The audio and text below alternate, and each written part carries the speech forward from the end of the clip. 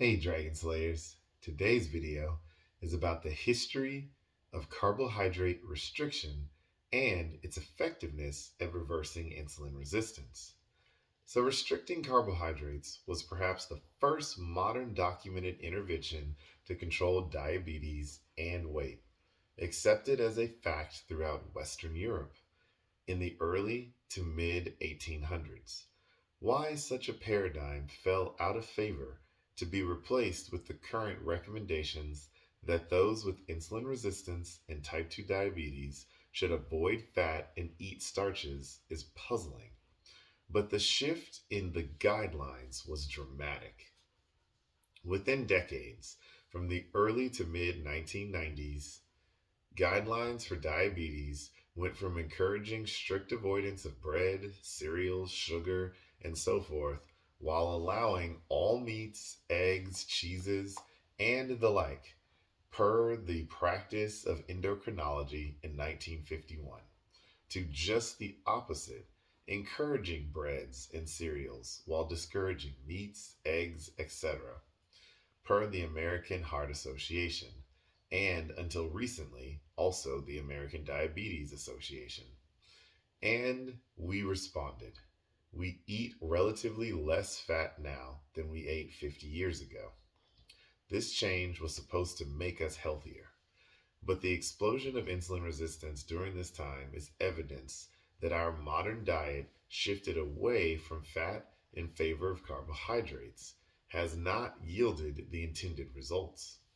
Clinical research since the 1990s has provided compelling evidence that carbohydrate restriction prevents or improves insulin resistance.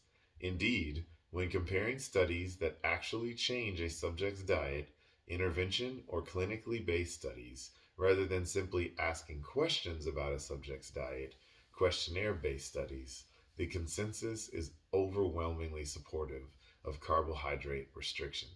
Intervention based studies are far superior because they're able to definitely answer questions like which diet is best for improving insulin resistance. One study that asked this question brought in hundreds of overweight middle aged men and women. For 2 years, study subjects were assigned one of three diets: a calorie restricted low fat diet, a calorie restricted moderate fat diet, and a non calorie restricted low carb diet. In addition to causing the greatest weight loss, the unrestricted low carb diet also helped lower insulin and improve insulin resistance the most. A different study employed a similar strategy for 3 months. Overweight men and women were split into either low carbohydrate or low fat diet groups.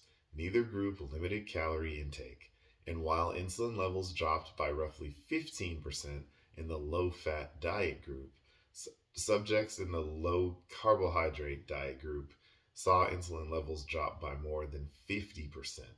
Moreover, another indicator of insulin resistance, the HOMA IR score, discussed more earlier, dropped over 3 times more with the low carbohydrate diet compared to the low fat diet.